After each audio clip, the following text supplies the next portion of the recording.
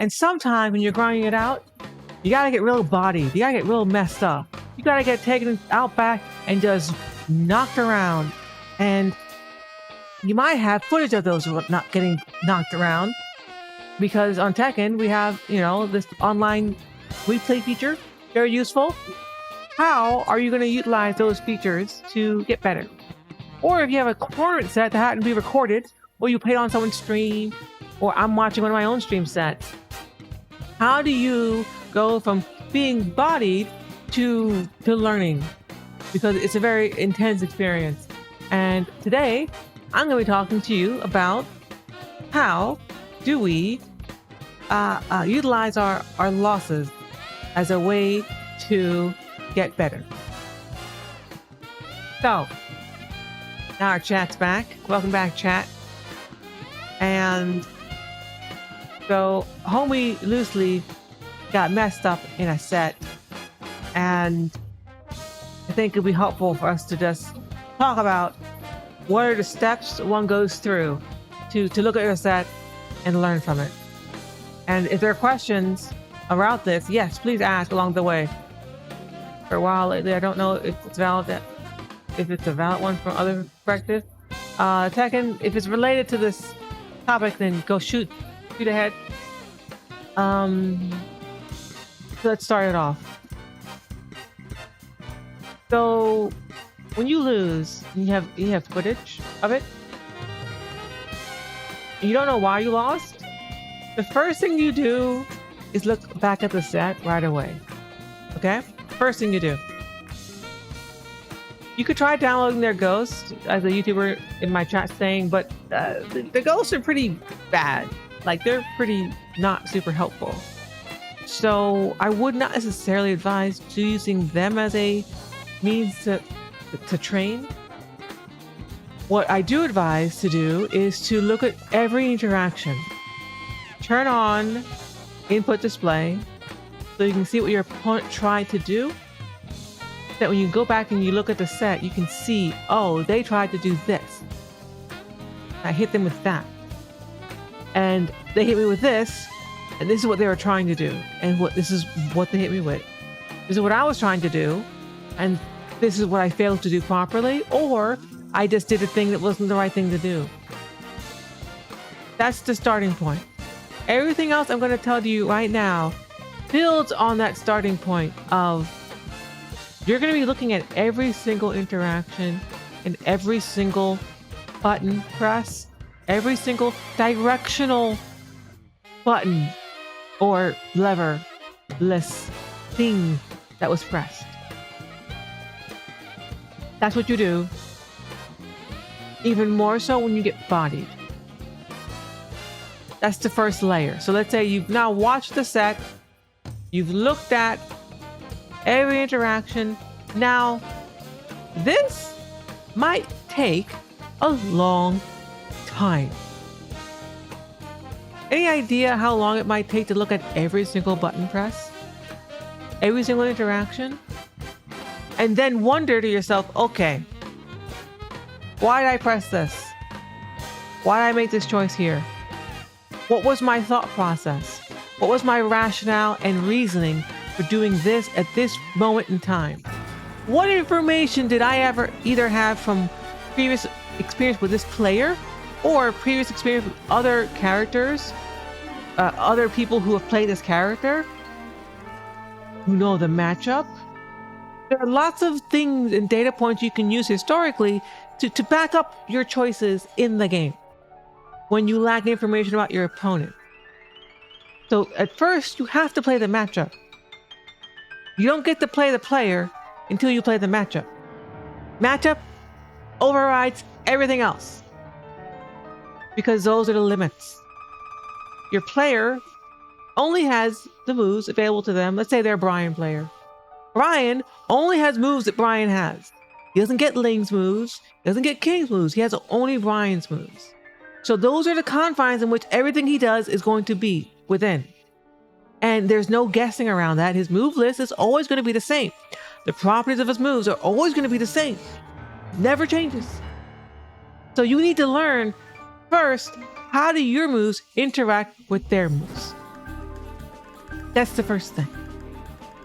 Then the second thing is, all right, now that I know this is what Brian's like to do broadly, this is Brian's game plan, this is what Brian's are looking to do and why they want to do this and that. And this is what they want me to do in response to that. Okay? Once you've gotten that, then you get to start playing your opponent. Now we're going to assume you know the matchup. You know what Brian's are trying to do, and Brian's know what you're trying to do. I'm going to use Shao Yu as an example here, or you can use your character. But let's say I'm using the Shao Yu versus Brian matchup. We both know what each other's game plan is. Then the question becomes, how are you going to enforce? How is my Brian opponent? What do they like to use of the tool set that I know already about? What do they like to use to initiate their plan? When do they press the button? What range do they press the button from? How do they respond when I press my buttons? How do they respond when I dash forward? How do they respond when I sidestep, evade? All of that is important. And all of that is what you're looking to assess in your replay. Especially if you have a longer replay, like it's a first to 10, even better. You might not have enough sets even in 10, first to 10, if you get bodied, to really get the information you want. You might need a first to 20, or just play 50 games with someone. Just 50 games straight up, win or lose. 50 games straight with one person. That way you can see how they adjust and adapt over time. Okay, so that's the fundamentals. Now, look at your set. Look at your exact set. How did you open your round? What did they do? How are they responding? Everything else is based off of that. The entire set can be broken down to individual, specific choices and interactions that both players make.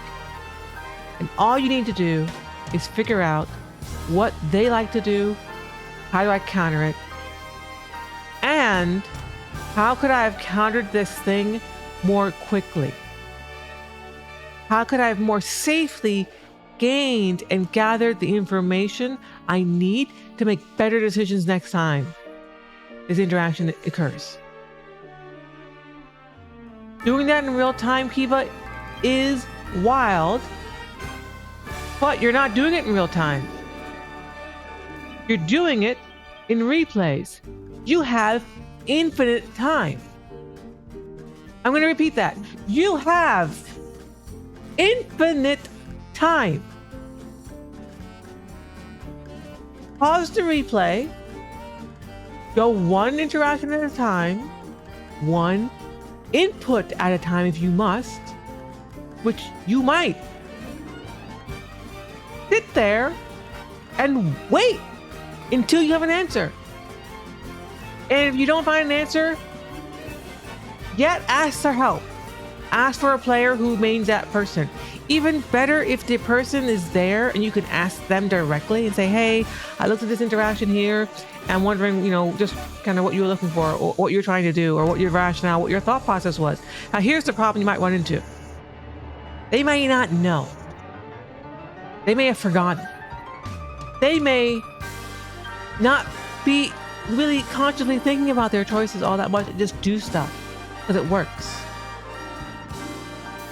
So sometimes you're not going to really be able to ask a player, okay, why do you do this here? Because they may not be able to answer it. Or they may not want to tell you. That also happens. It's a thing. Okay. They might just want to hold on to their little secrets. Those are all things that can happen.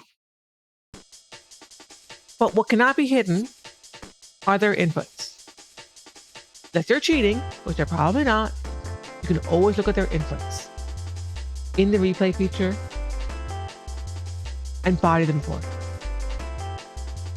And so then while you do this, right, you're going to be building up this catalog of optimal responses. Now, you don't want to just have one response. You want to have multiple responses to the same situation. Why? Because you want your multiple so as you create your responses to specific interactions, you're also going to see what are the other things that they like to do in the situation, and what are my options that can beat multiple things that they want to do. And then you can cycle. Let's say your opponent is doing the same thing every time. The exact same thing. They're not mixing up. You hit them, you lose the same thing again. You may not be best served by beating them with the same mix-up you're using every single time. It's better for you to have a variety of mix-ups that all still target that one thing that they're doing, but look different and give you different options. Because if so happens that they finally adapt randomly, you're not going to get blown up by it. You're going to still, and if your opponent's not paying attention to you or not paying attention to their own interactions and their own decision making, they're never going to figure out what you're doing to them.